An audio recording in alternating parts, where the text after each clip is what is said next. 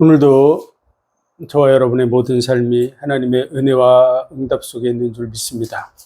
하나님의 말씀은 베드로전서 4장 12절부터 19절의 말씀입니다. 봉독해드립니다. 사랑하는 자들아, 너희를 시련하려고 오는 불시험을 이상한 일 당하는 것 같이 이상히 여기지 말고 오직 너희가 그리스도의 고난에 참여하는 것으로 즐거워하라. 이는 그의 영광을 나타내실 때 너희로 즐거워하고 기뻐하게 하려 함이라. 너희가 그리스도의 이름으로 욕을 받으면 복 있는 자로다. 영광의 영 곧 하나님의 영이 너희 위에 계심이라. 너희 중에 누구든지 살인이나 도둑질이나 악행이나 남의 일을 간섭하는 자로 고난받지 말려니와 만일 그리스도인으로 고난을 받으면 부끄러워 말고 도리어 그 이름으로 하나님께 영광을 돌리라. 하나님 집에서 심판을 시작할 때가 되었나니 만일 우리에게 먼저 하면 하나님의 복음을 순종치 아니하는 자들의 그 마지막이 어떠하며 또 의인이 겨우 구원을 얻으면 경건치 아니한 자와 죄인이 어디서리요. 그러므로 하나님의 뜻대로 고난을 받는 자들은 또한 선을 행하는 가운데 그 영혼을 미쁘신 하나님, 미쁘신 조물주께 부탁할지어다. 아멘. 기도하겠습니다. 하나님 은혜와 사랑과 복 주신 감사합니다. 이 시간도 주의 성령께서 우리의 삶을 인도하시며 영원한 축복의 계획 속에 이끌어 가시는 줄 믿습니다. 항상 믿음으로 범사에 감사하며 주께 영광 돌리는 우리의 삶이 되게 도와주시고 많은 영혼들을 복음과 은혜 속으로 바르게 인도하는 삶이 되게 하여 주옵소서. 모든 영광을 주님 받으시기 원하며 예수 그리스도 이름으로 감사하며 기도하옵나이다. 아멘. 베드로 전후서의 그런 배경, 초대교회의 그 배경 속에서 베드로전서는 많은 고난이 이제 시작되어져 있습니다. 그래서 초대교회 많은 성도들이 환난과 핍박 속에 거하고 있고, 또 베드로후서의 배경 속에는 이제 각종 이단들까지 나타나서 영혼들을 미혹하고 흔들어 놓고 또 믿음이 연약한 자들을 타락시키는 이런 상태에 이르게 되었습니다. 그런 속에서 베드로는 썩지 않고 쇠하지 않는 하늘에 속한 산 소망을 예수 그리스도를 죽은 자 가운데서 부활하게 하심으로 말미암아 우리에게 주셨다고 말씀하고 있습니다. 그래서 예수 그리스도의 부활, 그 증인이 바로 베드로고 사도들이고 제자들인 줄 믿습니다. 그래서 다시 살아서 영원한 나라의 복과 은혜를 누리게 될 확신이 베드로와 또 사도들에게 있는 줄 믿습니다. 저와 여러분에도 이 소망이 확실하게 있어야 될 줄로 믿습니다. 이 세상이 전부가 아니다. 이 땅의 삶 속에서 비록 환난과 핍박과 고난을 당하지만 그러나 이 땅의 삶은 잠시 잠깐 지나가는 것이고 하나님이 썩지 않고 쇠하지 아니하는 영원한 나라를 우리를 위해서 준비하고 계시다는 믿음을 우리는 확실하고 분명하게 가져야 될 줄로 믿습니다. 그래서 우리가 그 믿음이 있어야 순교할 수 있는 것이죠. 그래서 그러한 자리로 나갈 수 있는 그러한 믿음을 가져야 될 것입니다. 이 복음에 대해서 연구하던 많은 사람들도 그리스도에 대해서 살펴봤었고 그것이 예수 그리스도에게 그대로 성취되어져서 우리들에게 나타났다라고 말하는 것이죠. 오늘 본문의 말씀은 그 속에서 사랑하는 자들아 너희를 시련하려고 오는 불시험을 이상한 일 당하는 것 같이 이상히 여기지 말고 오직 너희가 그리스도의 고난에 참여한 것으로 즐거워하라. 이는 그의 영광을 나타내실 때 너희로 즐거워하고 기뻐하게 하려 함이라. 우리가 이 땅을 살아가는 동안에 당하는 이런 환난, 핍박의 배경 속에는 악한 영들이 있습니다. 그런 영들의 역사를 하나님 허용하고 계시죠.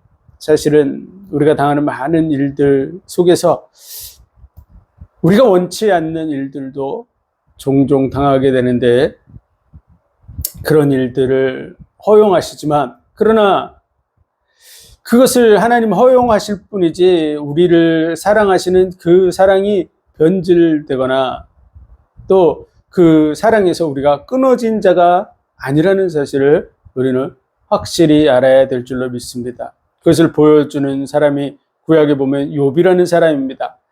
욥이 큰 환난을 당했죠.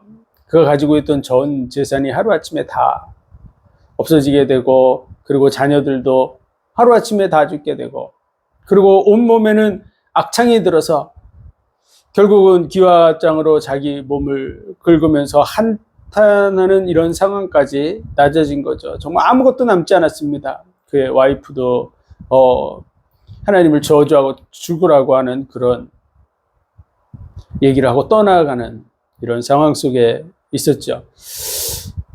그런데 그 상황, 정말 처참한 그 상황에 하나님은 어떻게 하고 계셨을까요? 하나님은 욥을 대적하는 자의 자리에 있었습니까? 아니면 욥을 지지하는 자리에 있었을까요?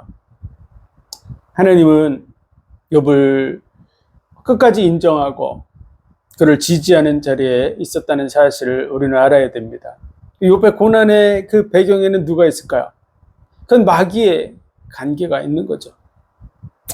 그래서 그 마귀의 관계에 대해서 욥이 괜히 그와 같이 하냐고 그의 재산을 처벌하고 또 그의 몸을 처벌하고 하는 그 부분에 대해서 욥은 그렇지 않다고 끝까지 인정하신 분이 바로 하나님이신 줄 믿습니다. 그래서 욥기서 결론까지 정리해 보면 하나님은 결국은 욥을 회복시켜 주시는 그런 모습으로 끝이 납니다. 그런 속에서 우리들이 당하는 그 많은 일들의 영적인 세계를 우리는 지금 보지 못하고 있지만 하나님은 우리를 사랑하시는 분이라는 사실, 그것이 확증적으로 증거된 현장이 바로 십자가입니다. 하나님이 자기 생명을 내어주기까지 우리를 사랑하시는 그 증거를 보여주신 것이죠. 우리는 그 증거 위에 서 있는 것입니다. 현실에 흔들려서 하나님이 2000년 전 십자가에 못 박히신 하나님은 사랑의 하나님이고 지금은 나에게 역사하는 하나님은 사랑의 하나님이 아니다라고 말하는 것 자체가 말이 안 되는 것이죠. 하나님은 어제나 오늘이나 영원토록 동일하신 분인 줄 믿으시기 바랍니다. 우리가 눈에 보이는 것, 현상 때문에 하나님에 대한 믿음이 흔들린다. 말이 안 되는 것이죠. 진정한 믿음을 가진 자들에게 있어서 반드시 오늘 말씀과 같이 불시험과 같은 시련이 삶 속에 있게 된다는 사실을 우리는 꼭 알아야 될 줄로 믿습니다. 그래서 이것을 이상한 일 당하는 것 같이 그렇게 표현하고 있는데요. 이게 이상한 게 아니다라는 표현이 있죠. 그래 이상하게 여기지 말아라. 당연한 것이다. 라고 표현하는 내용입니다. 왜 그럴까요? 하나님은 우리의 믿음이 있다는 사실, 정말 하나님 앞에 확신적으로 설 수 있는 그런 부분이 있는가 없는가를 보고 계신 줄 믿으시기 바랍니다. 그리고 그 부분을 통해서 우리의 입술의 고백을 통해서 사람들 앞에서도 그렇고요.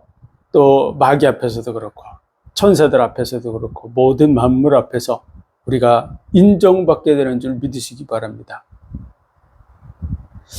환난과 핍박, 예수 그리스도는 마지막에 타작마당을 정하게 하시려고 키를 들고 오시리라. 그 키는 옛날에 바람을 일으키는, 그래서 알곡과 쭉정이를 갈라내는 도구였습니다. 다시 말해서 환난의 바람을 일으키면 그때 알곡과 쭉정이가 자동적으로 나눠집니다. 쭉정이는 바람에 날려가게 되고, 그리고 알곡은 점점 모여들어서 곳간에 들이게 되는 것이죠. 그래서 개인의 인생 속에서도 환난을 겪게 됩니다. 그리고 마지막 예수님이 재림하실 그런 시대에도 환란이 닥쳐오게 돼서 알곡과 쭉정이가 나눠진다는 사실을 우리는 기억해야 됩니다. 그래서 우리 자신이 바람에 날려가지 않을 알곡, 진정한 알곡이 되어줘야 될 줄로 믿습니다. 어떤 알곡일까요? 믿음의 알곡이 되어야 됩니다. 그럼 어떻게 하면 될까요? 어떻게 하면 우리가 알곡이 될 수 있을까요? 답을 알고 있어야 되겠죠. 그래야 우리 자신도 준비할 수 있죠. 그리고 또 다른 많은 사람들이 내가 천국에 들어갈 수 있을까? 내가 진짜 환란이 닥쳐오면은 예수님을 인정하고 거부하지 않고 쭉정이처럼 날아가지 않고 알곡으로 점점 모여들어서 구원받을 수 있을까? 궁금해하겠죠. 그분들에게 우리가 답을 줘야 됩니다. 그럼 우리가 방법을 알아야 되겠죠. 방법이 어디 있습니까? 신명기 30장에서 모세는 창세기, 출애굽기, 레위기, 민수기를 다 기록하고 이제 또 마지막 신명기 자기가 지금까지 해온 부분에 대해서 쭉 정리하면서 신명기를 기록을 했어요. 그리고 이 말씀을 집에 있을 때든지 길을 행할 때든지 자녀들에게 부지런히 가르치라고 이렇게 얘기하고 그러면서 28장, 29장에서 결론을 얘기하는 것이죠. 너희가 이 말씀을 행하면, 이 말씀대로 살아가면 들어가도 복을 받고 나가도 복을 받는다. 참 뭘 해도 복을 받는다는 거야. 우리가 문지방에 딱 서서 들어갈까 나갈까 그런 생각을 하고 있는데 들어가도 잘 되고 나가도 잘 된다는 거야. 뭘 해도 복을 받는. 어떻게 하면요? 하나님의 말씀을 따라 살아가면 들어가도 복을 받고 나가도 복을 받고 우양의 밥그릇도 복을 받는다고 하는 것은요. 양을 키우면 양이 잘 되고 소를 키우면 소가 잘 되고 닭을 키우면 닭이 잘 되고 뭐 그런 거야. 뭘 하든지 복된 거야. 그런 삶을 살아가게 될 것이다. 그러나 너희가 이 말씀을 떠나서 하나님을 떠나서 살아가게 되면 들어가도 저주를 받고 나가도 저주를 받고 어떤 선택을 하든지 다 저주가 된다는 거야. 하나님을 떠나 있는 상태에서는. 양을 키우면 양이 잘못되고 소를 키우면 소가 잘못되고 그러니까 예를 들어서 소가 뭐 100마리에서 1000마리씩 늘어나고 막 그래도 그게 더 망하는 길로 가는 거야. 나중에는 자기 자식을 잡아먹기까지 하는 그런 비참한 상황으로 가게 된다고 얘기하는 것이 28장 하반절하고 29장의 내용입니다. 그러면서 29장 마지막 절에 이렇게 얘기했죠. 오묘한 것은 여호와 하나님께 속한 것이거니와 나타난 것은 너희와 너희 후손에게 속하였다고. 오묘한 것은 우리가 알 수 없는 것들입니다. 우리 영역에 있는 게 아니죠. 하나님의 영역에 있는 부분을 얘기하는 것입니다. 하나님의 영역에 있는 것, 내가 구원받을 사람으로 예정이 돼 있는지 안 되어져 있는지 이거는 예정한 것은 하나님이 하시는 거죠. 그분의 고유의 영역 속에 들어있어요. 나타난 것은 우리와 우리 후손에게 속했다고 얘기하는데요. 내가 구원받을 자라고 하는 부분에 대해서 나타난 바는 어떻게 해야 구원받습니까? 나의 의인은 믿음으로 말미암아 살리라. 오직 의인은 믿음으로 말미암아 살리라. 믿는 자들에게 주려 하심이라. 예수 그리스도를 믿는 자가 그 구원을 받는다고 얘기하고 있는 것이죠. 그러면 예수 그리스도를 바르게 잘 믿는 계좌에 설 수 있도록 말씀으로 자기를 다스려서 만들어 나가야 될 줄로 믿습니다. 그렇게 얘기해 주는 거야. 예수 그리스도 떠나면 망하는 길로 가는 것이죠. 그래서 히브리서 같은 경우는 너희가 이 말씀을 들을 때 너희 마음을 그렇게 하지 말라는 표현이 반복해서 쓰여져 있어요. 왜 그럴까요? 마음을 강팍하게 해서 떠나지 말라는 거야. 그래서 나타난 것은 바로 하나님의 말씀을 통해서 우리가 어디로 가야 될지의 방향을 알려주고 있습니다. 그러면서 너희가 세월이 지나면 반드시 하나님을 떠나가게 될 거라고 하는 거야. 아직 이루어지지도 않았는데 너희가 어느 날은 떠나갔다가 많은 고난, 환난 이런 문제들을 겪고 이제 하나님 앞에 돌이켜서 돌아오게 될 거라고. 그때 우리가 어떻게 해야 하나님의 말씀의 뜻대로 살아갈 수 있습니까? 라는 부분에 대해서 하나님의 말씀이 하늘에 있는 것이나 바다 끝에 있는 것이 아니라고 하는 거야. 멀리 있는 것이 아니기 때문에 누가 그것을 가지러 가서 가져와야 되는 것이 아니고 하나님의 말씀이 매우 가까워서 내 입에 있고 마음에 있은즉 행할 수 있느니라. 어떻게 하나님의 뜻대로 살아가는 존재가 되냐? 그러면 말씀을 가까이 하는 삶을 살으라고 얘기하는 거죠. 그래서 매우 가까워서 내 입에 있고 마음에 있은지 행할 수 있느니라 이렇게 표현한 것이죠. 그 말씀을 이게 모세오경의 끄트머리에 이게 정말 중요한 핵심적인 말씀이에요.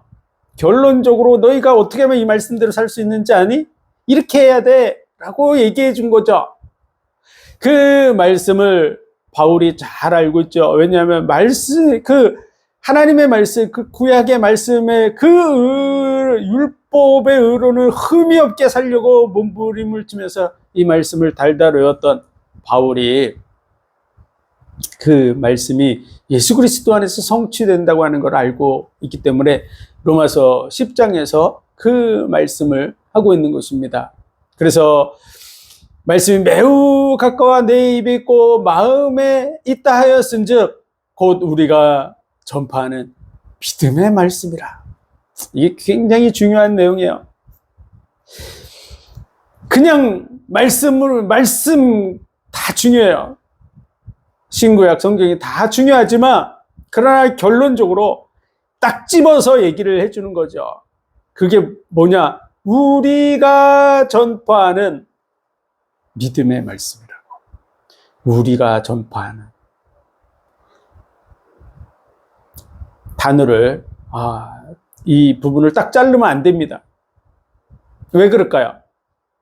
지금 로마서 9장, 10장, 11장은 로마서 8장에서 6장에서 예수 그리스도와 함께 연합해서 죽고 예수 그리스도와 연합해서 살았다. 이제는 우리가 율법 아래 있지 않기 때문에 율법의 종자함을 받지 않는 존재가 됐다. 남편이 죽으면 그 법에서 벗어난 것처럼 우리는 율법에서 벗어난 자라고.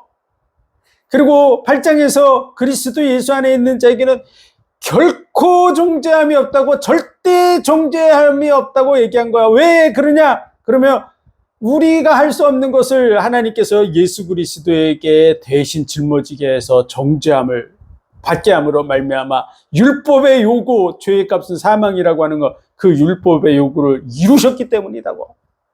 그래서 그리스도 예수 안에 있는 자에게는 결코 정죄함이 없는 거예요. 우리 때문이 아니라 예수 그리스도께서 대신 짊어졌기 때문에. 그래서 생명의 성령의 법이 죄와 사망의 법에서 너를 해방했다고 얘기한 거죠. 그러면서 하나님의 사랑에서 끊어낼 자가 없다. 환난이나 공고나 핍박이나 기근이나 적신이나 위험이나 칼이나 높음이나 깊음이나 천사들이나 어떤 상황도 어떠한 피조물도 하나님의 사랑에서 끊어낼 존재가 없다는 얘기를 8장에서 결론적으로 얘기를 한 거야. 근데 왜 이스라엘은 망하냐라는 게 문제가 되는 거죠. 그 9장의 내용이 그거야. 나도 내 고륙의 친척들이 구원받기 원한다. 내가 생명책에서 내 이름이 지워지는 한이 있더라도 그들이 구원받기를 원하는 바울의 간절함이 있는 거야.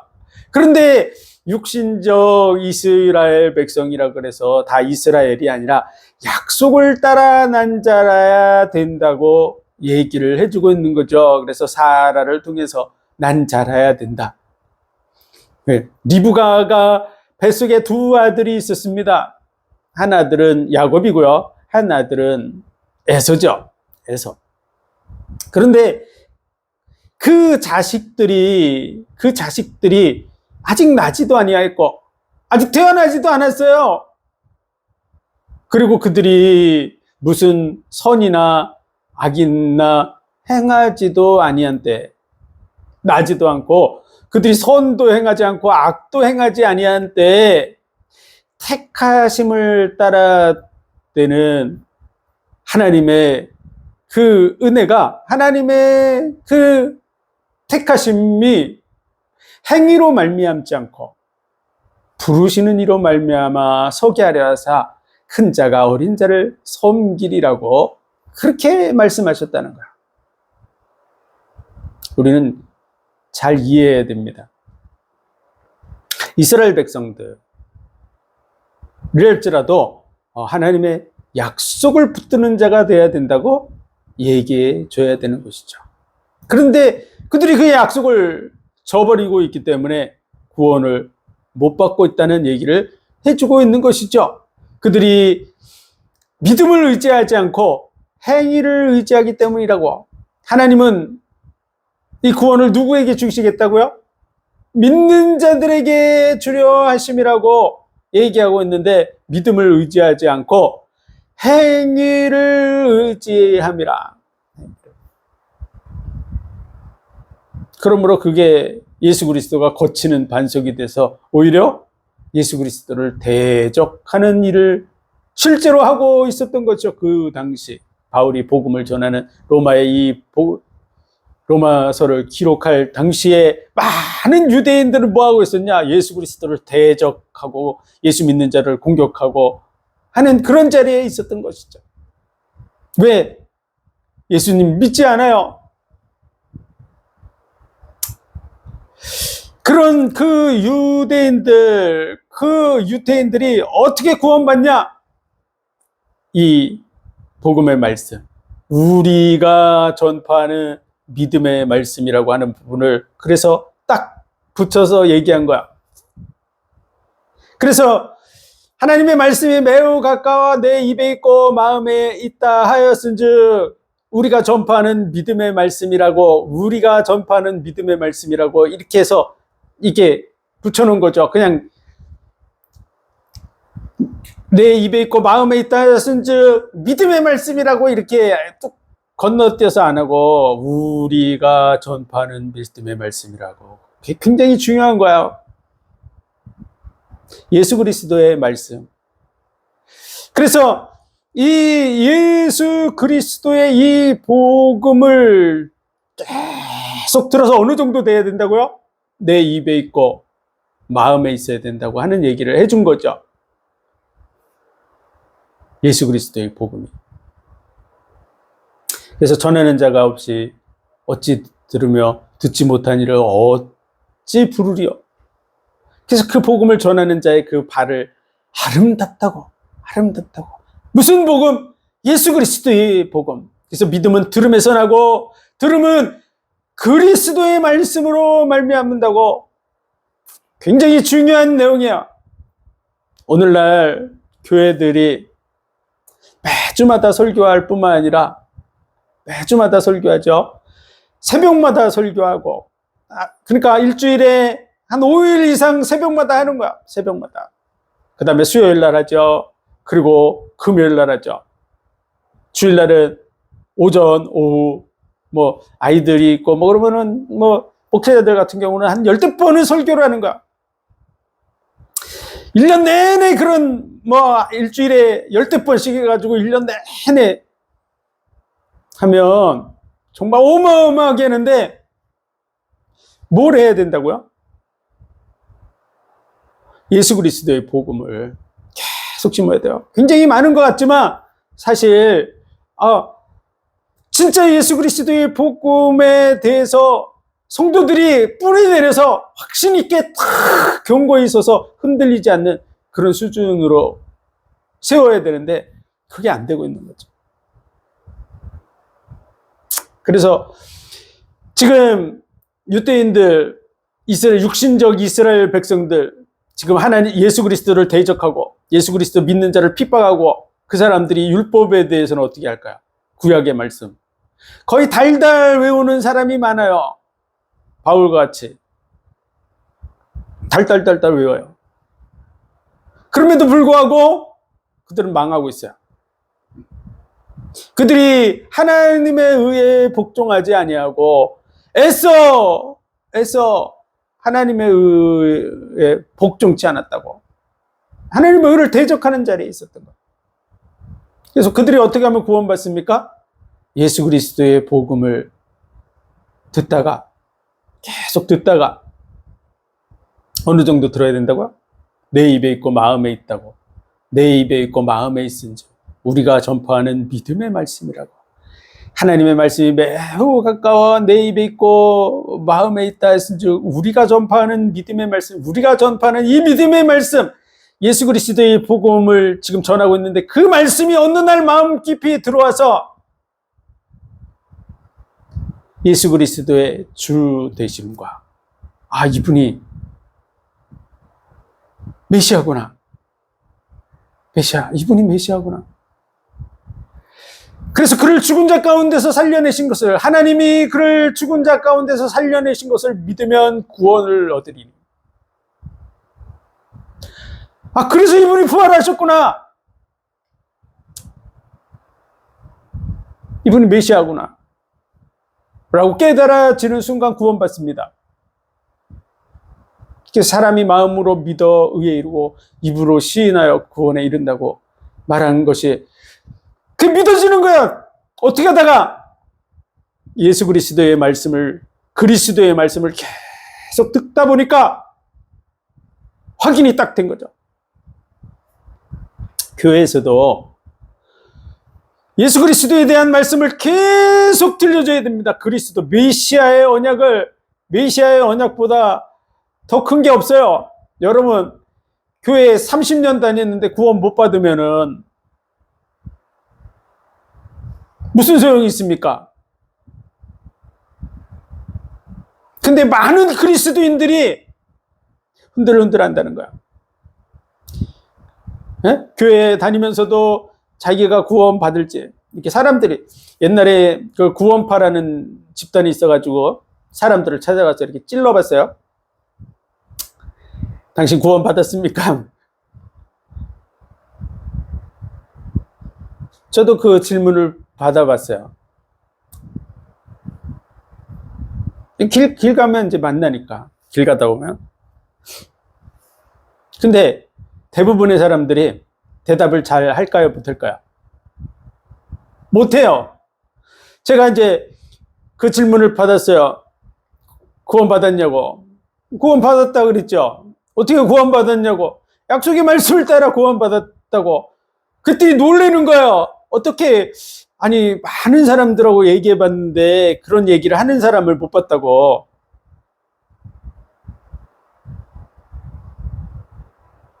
대부분의 사람들이요, 구원 받았는지 안 받았는지에 대해서 구원 받았습니까? 그러면 증거를 안 대는 거예요. 왜 그럴까요? 구원 받았는지 못 받았는지에 대한 근거가 확실하지 않아요.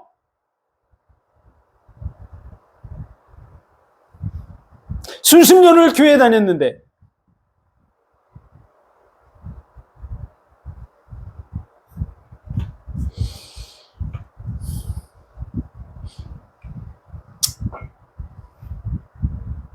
여러분, 로마서 10장의 내용은 굉장히 중요한 거야. 어떻게 하면 우리가 정말 온전한 그리스도인으로서 제대로 세워져서 하나님 안에서의 복과 은혜를 누리고 또 많은 사람들을 그 자리에 세울 수 있느냐에 대해서 바울은 우리의 구원에 대해서 믿음으로 된다는 것을 얘기해주고 그 사랑 안에서 이 부분이 절대로 흔들릴 수 없다는 얘기를 해주고 있지만 그 로마서 10장을 통해서는 그걸 어떻게 이루어야 되는지를 얘기해 준 거야. 그래서 믿음은 들음에서 나고 들음은 그리스도의 말씀으로 말미암는다는 부분이 굉장히 중요한 거야. 왜냐하면 지금 이게 유대인들을 향해서 얘기해주고 있는 것이기 때문에 그래요. 많은 교회 다니는 사람들이 뭐라고 얘기하냐면 하나님의 말씀이면 되지. 그렇게 하나님의 말씀하고 그리스도의 말씀을 이렇게 대체시키면은 안 됩니다. 왜 안 될까요? 바울은 철저하게 율법에 찌들어 있는 사람이에요. 정말 표현을 제가 아주 강력하게 해서 찌들어 있다고 표현하는 건데요. 뭐 우리가 때가 이렇게 탔다 하고 때가 찌들어 있다 그러면은 아주 때가 끼고 그래서 그냥 딱 달라붙어 있는 이런 부분을 표현할 때 우리가 찌들어 있다 그랬잖아요. 그처럼 바울은요, 율법의 의로는 흠이 없는 자로다라고 자기 입으로 얘기할 정도야. 이게 진짜 하나님의 일에 열심히 특심이었다고 그렇게 표현할 정도로 정말 율법 중심의 삶을 살았던 사람이야.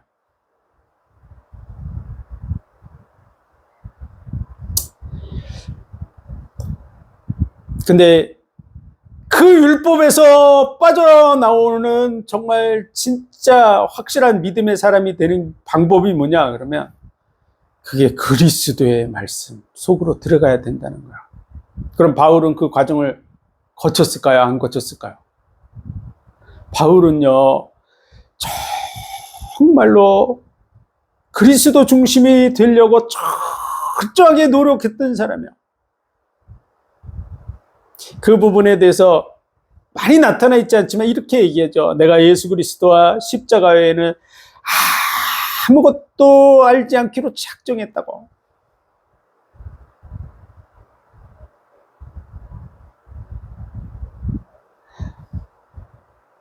다른 거 말하지 않으려고 예수 그리스도와 십자가 외에는 아무것도 말하지 않기로 정말 작정한 거. 다른 게 자꾸 나가니까.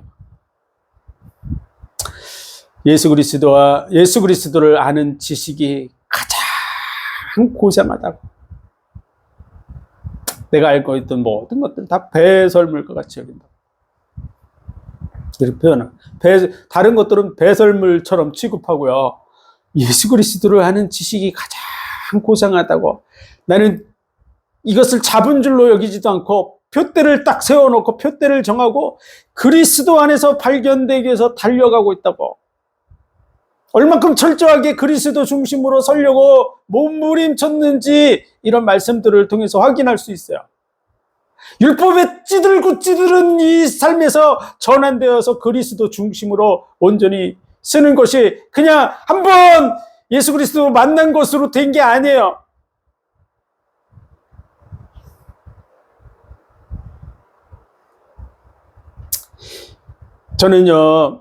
저는 참 많은 그 이단들, 특히나 여호와 증인들과 이렇게 대화하고 그러면서 어떻게 하면 할 수 있으면 이들을 구원시킬 수 있을까 하는 생각에서 자주 만나고 대화도 해보고 이런 일들을 많이 했어요.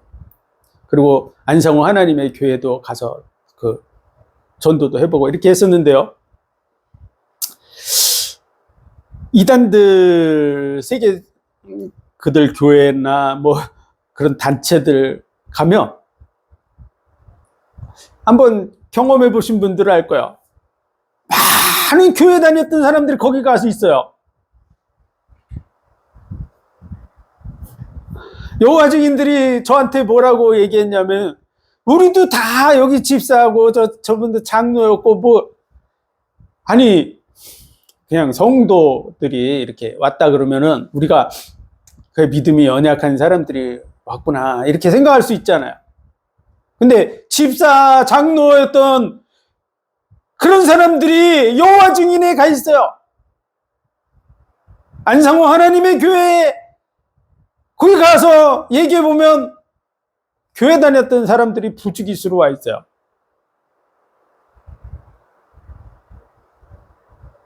왜 그렇게 됐을까요? 신천지는 말할 필요도 없죠. 교회를 통째로 그냥 삼키고. 이 정말 가슴 아픈 일이에요. 예수 그리스도를 믿고 영원한 구원의 복을 누리려고 몸부림치고 노력했던 많은 그리스도인들, 그들이 교회에서 인도함을 받다가 어느 날 집사가 되고 장로가 됐는데 이단에 빠졌다.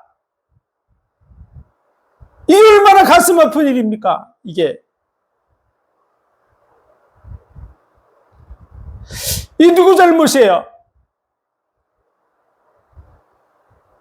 왜 그렇게 됐을까요?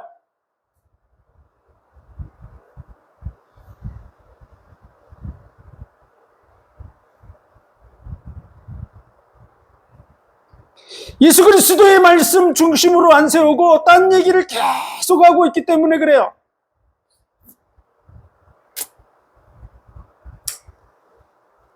그래서 성도들이 솔직히 우리가 얘기하면요, 그분들이라고 하기도 뭐하지만 이단들이기 때문에 제가 그 사람들이 뭐라고 얘기하냐면요, 교회 다니는 사람들이 성경 잘 모른다 그래요.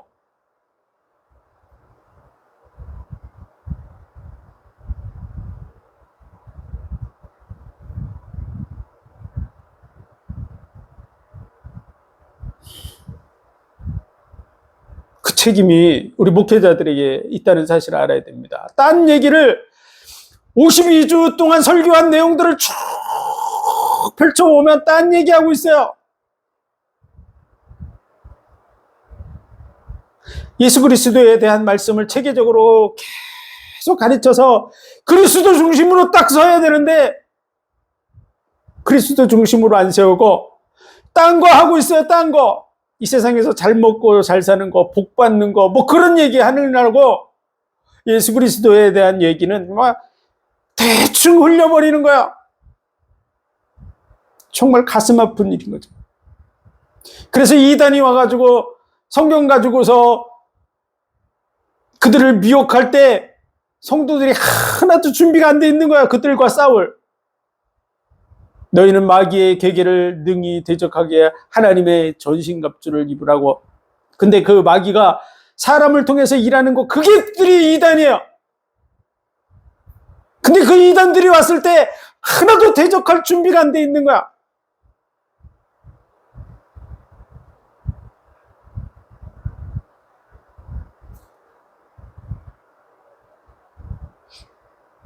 마귀가 우리를 연단하려고 불시험을 일으킬 때 우리는 예수 그리스도 중심의 말씀으로 무장이 되어져서 마귀의 계계를 능히 대적하고 뚫고 나갈 수 있는 그런 자리에 딱 서야 될 줄로 믿습니다. 그렇게 해서 그리스도의 말씀, 믿음은 들음에서 나고 들음은 그리스도의 말씀으로 말미암다. 그것이 어떻게 하면 된다고요? 어떻게 적용된다고요? 누가 하늘에 올라가서 그리스도를 모셔 내리겠느냐?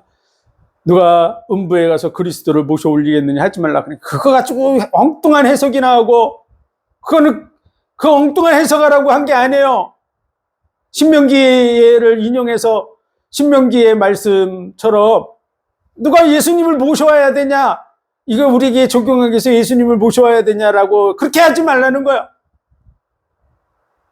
예수님을 모셔와야 되는 게 어디 가서 예수님을 모셔와야 되는 게 아니라 예수 그리스도의 말씀을 계속 들어서 매우 가까워서 내 입에 있고 마음에 있게 만들려고 하는 거야.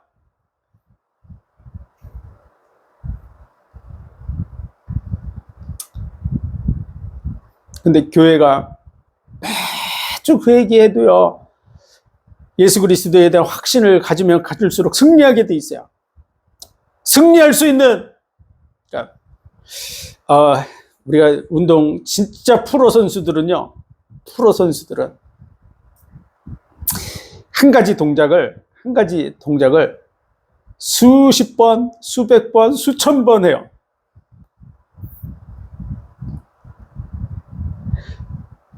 어느 정도로 하냐면 무의식 중에도 그 동작이 나오도록 똑같은 그 동작을 반복해서 하는 거야. 반복. 그렇기 때문에 어떤 급박한 상황이 되면 자기도 모르게 몸이 반응을 보여가지고 하는 거야.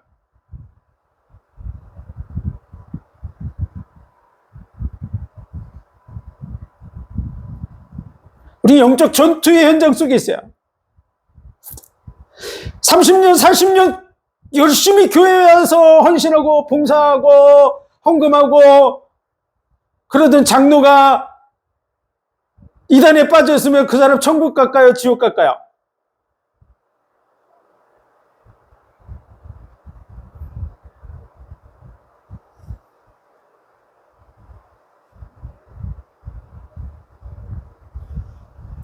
예수 그리스도를 잘 몰라서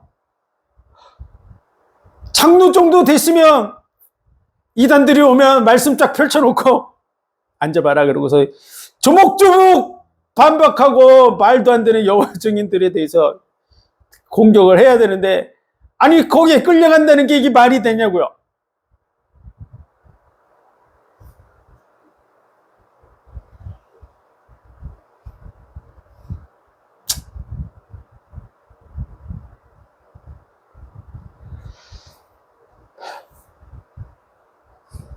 나는 안 그럴 거라고. 장담하지 마세요. 많은 신천지가 교회를 통째로 옮겼어요. 목사님도 있고 성도들도 한두 명도 아니고 근데 교회가 통째로 신천지로 바뀌는 일들이 통째로 이게 교회가 이단에 넘어가는 일들이 수도 없이 있었어요.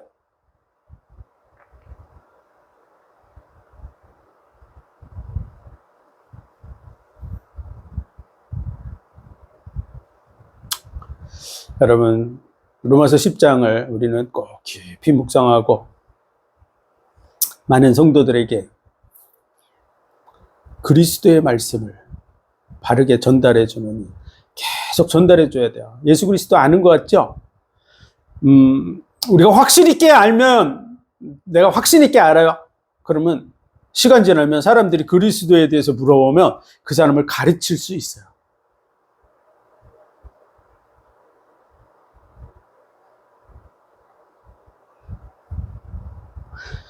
누가 그리스도에 대해서 물어볼까 봐 걱정스러우면 아직도 많이 공부를 해야 돼요.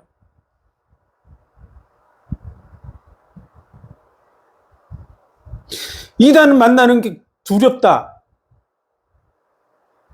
그러면 여러분 이제 싸울 준비가 안 돼 있는 거야. 싸울 준비가.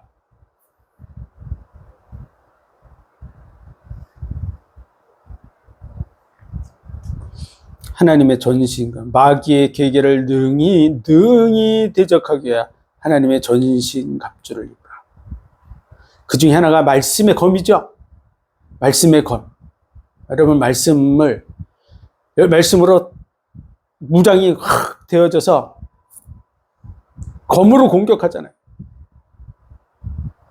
그럴 준비가 되어져야 될 줄로 믿습니다. 예수 그리스도 중심으로. 성경은 너희가 영생을 얻기 위하여 성경을 상고하거니와 이 성경이 곧 내게 대해서 증거하는 것이라. 예수님 증거하는 것이 성경이에요.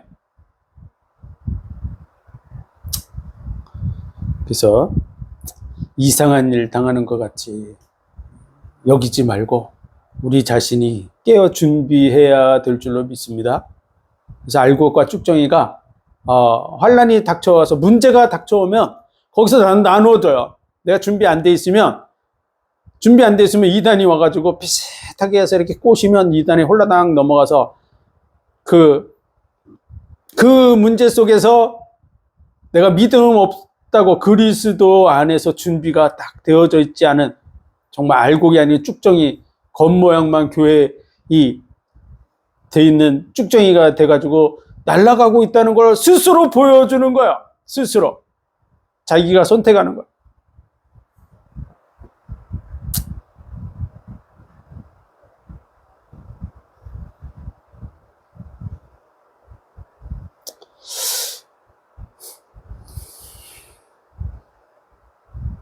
매우 가까워서 내 입에 있고 마음에 있은즉 행할 수 있느니라. 행할 수 있느니라. 그것은요, 삶에 적용이 된다는 뜻이야. 삶에 적용이 된다. 그래서 저와 여러분이 예수 그리스도의 말씀으로 계속 무장해야 될 줄로 믿습니다. 그 일을 해야 돼요. 너희가 그리스도의 이름으로 욕을 받으면 복 있는 자로다. 영광의 영 곧 하나님의 영이 너희 위에 계심이라. 너희가 지금 예수 그리스도 때문에 고난당하고 있냐? 하나님이 성령이 너희와 함께 하고 계시다. 고난당하고 있는데 뭔 하나님이 나와 함께해요? 이렇게 얘기할 수 있지만, 너희가 예수 그리스도의 이름으로 고난을 당하고 있다면 너희는 정말 하나님이 함께하는 사람이다, 이런 의미로 볼 수 있어요. 이 역으로 뒤집어서.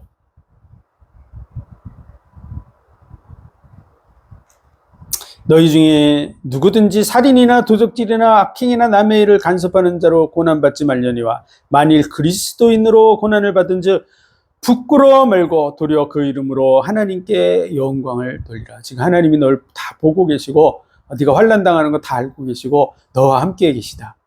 그리고 이런 거는 이상한 게 아니고 이런 일은 당연한 것이다. 그리고 모든 성도들에 대해서 하나님이 다 하셨어요, 실제로. 그래서 우리가 환난이 닥쳐오고 고난이 닥쳐오고 문제가 닥쳐왔을 때 우리 입으로 말을 해요. 내가 그리스도 안에 있는지 밖에 있는지를 스스로 말합니다. 내가 구원받은 하나님의 백성인지 아닌지도 내가 입으로 말합니다. 시간 지나면. 여러분이 모르니까 그러게요. 내가 구원 받았을래나 말았을래나 이렇게 아직 덜 돼 있으니까 그렇게 얘기하는 거야. 덜 돼 있으니까. 근데 여러분이 그리스도 안에서 확신이 있어요. 그러면 여러분 입으로 얘기한다니까요. 당연한 거예요. 당연한 거. 그리고 17절 하나님의 집에서 심판을 시작할 때가 되었나니 만일 우리에게 먼저 하며 하나님의 복음을 순종하지 아니하는 자들의 그 마지막이 어떠하며 또 의인이 겨우 구원을 얻으며 경건치 아니한 자와 죄인이 어디에 서리요. 이렇게 하나님의 집안에서 심판이 시작된다고 하는 말은요, 알곡과 쭉정이를 집안인데 알곡과 쭉정이가 있어요. 교회 안에 알곡과 쭉정이가 실제로 있어요. 언제 날아가냐? 바람이 불면 날아가요. 바람이 불면. 그래서 하나님의 집안에서 이렇게 나누어지는 역사, 심판이 되는 이때가 있는데 믿지 않는 자 어떻게 되겠냐? 당연히 같이 날아가겠죠. 같이 멸망받겠죠. 그들이 어디 쓰겠습니까? 교회도 안 다니고 복음도 모르고 듣지도 못한.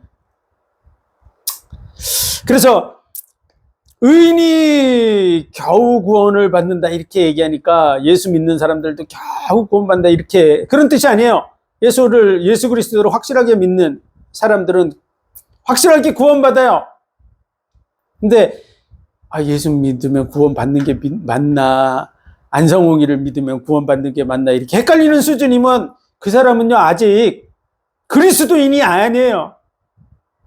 교회만 다녔지 아직 믿음이 없어요. 여기 경건치 아니한 자와 죄인이 어디에 서리요. 그래서 이 경건치 아니한,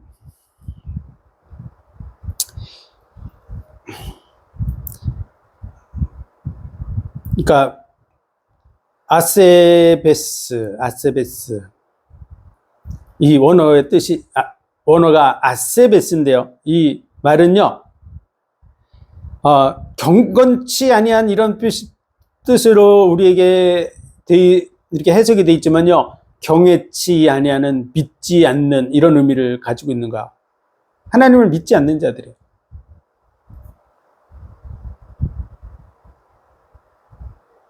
하나님을 경외하지 않아요.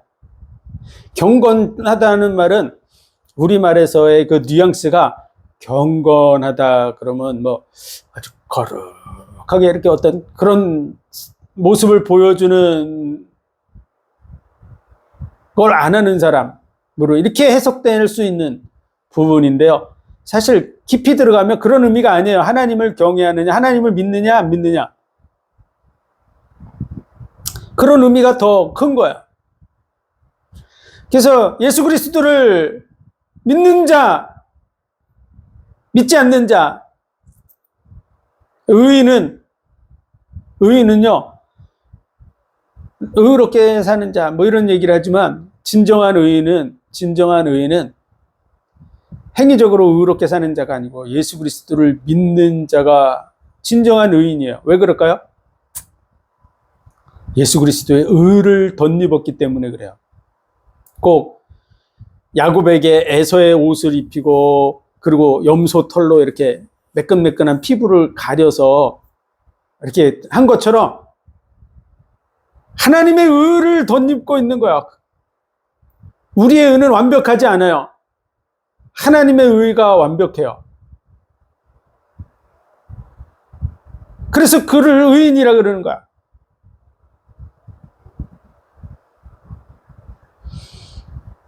그래서 이 말씀을 우리는 좀 깊이 있게 이해해야 될 줄로 믿습니다. 그러므로 하나님의 뜻대로 고난받는 자들, 이게 지금 하나님의 뜻대로 고난받는 거래요. 하나님의 뜻대로 고난받는 자들은 또한 선을 행하는 가운데 그 영혼을 미쁘신 조물주께 부탁할지어다. 그래서 하나님께 내어 맡기고 이 고난을 견디고 나가라는 거죠. 미쁘신 조물주. 그분은 믿을 수 있는 분이다. 그분은 믿을 수 있는 그 조물주 하나님께 부탁하고 죽을 각오를 하고 가라는 거죠. 지금 환난을 당하고 고난당하고 불시험을 이상한 일 당하는 것처럼 여기지 말고 당연한 것이다 라고 여기고 그걸 통과하라는 거야. 통과하시기 바랍니다. 죽음을 각오하면 통과할 수 있어요. 여러분이 어떻게 하면 죽음을 각오하고 갈 수 있냐 그러면 그리스도의 말씀으로 여러분 체질이 변화되어 있어야 될 줄로 믿습니다. 계속 들어야 돼요. 듣지 못한 일을 어찌 부르려. 계속 들어야 돼요. 자, 교회가 해야 될 일이 뭐냐 하면 시간 남으면요 계속 예수 얘기해야 돼요. 시간이 부족해요. 시간이 어떻게 보면요 무장이 안 돼 있거든요. 30년 40년 교회 다니는데 무장이 전혀 안 돼 있는 이게 교회 현재 한국 교회의 정말 안타까운 현실이라고 보면 돼요. 여러분 저는 이렇게 전도하러 다니다 보니까요 가게에 성경책 펼쳐놓고 있는 그리스도인은 진짜 손꼽을만큼밖에 안 돼요. 여호와 증인들 매장 가면 다 여기저기 성경책 놔두고 있어요. 해본 사람은 알 거예요. 다녀본 사람은. 그만큼 우리가 무장 안 돼 있어요. 성경 거의 몰라요. 안다고 얘기하지만 깊이 들어가는 신학적인 내용이라든지 중요한 내용들에 대해서 솔직히 우리가 얘기해야 돼요. 여호와 증인들이 그리스도인들 집만 찾아다녀요.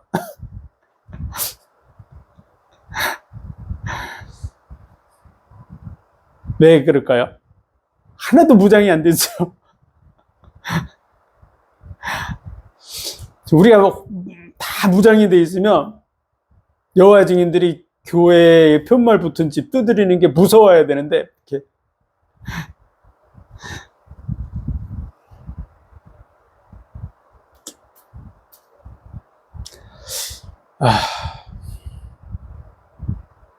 기복주의에서 빠져나와야 됩니다. 왜 빠져나와야 될까요? 기독교 2000년 역사 속에서 지금같이 잘 먹고 잘 사는 때가 없어요. 2000년 기독교의 역사 속에서 대부분의 사람들은 순교를 각오하고 신앙생활을 했어요. 교회사 속에서 우리는 우리 자신의 위치를 조금이나마 생각해 봐야 돼요. 그래서 기복주의로 가면 안 돼요. 현재 잘 먹고 잘 사는 거 하나님이 잠깐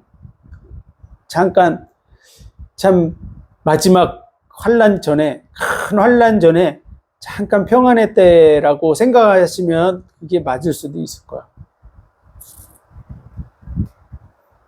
그래서 우리가 언제 죽을지 모른다 그러면 우리 뭘 무장하겠습니까? 내 예수 그리스도를 믿는 믿음에서 흔들리지 않기 위해서 당연히 무장하겠죠. 목회자들은 그리스도인들이 신앙 고백을 하고 죽을지 아니면은 예수 그리스도 거부하고 떠나갈지, 진짜 구원에 관심 있는 목회자라면 지금 순교를 눈앞에 두고 있다면 목회자들이 성도들을 뭘 어떻게 해주기를 원할까요? 당연히 그리스도를 고백하는 그런 수준으로 딱 세워지기를 원하겠죠. 근데 그게 속에 들어있어야 나오죠. 속에. 그러니까 내 속에 그것이 채워지게 하기 위해서 계속 예수 그리스도의 말씀으로 무장을 시켰을 건데, 이 잘 먹고 잘 살다 보니까 딴 거 집어넣고 있는 거야. 딴 거. 뭐 그럴 일이 별로 없는데 뭐 이제 어떻게 이 세상에서 잘 먹고 잘 사냐 그런 거 생각해야지. 뭐 이렇게 생각하는지는 모르겠지만 딴 거 자꾸 집어넣는 거죠. 그러나 기독교 2000년 역사 속에서 언제 죽을지 모르는, 잡히면 순교할 수 있는 상황 속에서 그 사람이 고문당할 때 하는 그 말, 예수를 저주할 자라고 얘기한다 그러면 그 입의 고백을 듣기 위해서 마귀가 역사하고 있는 거야.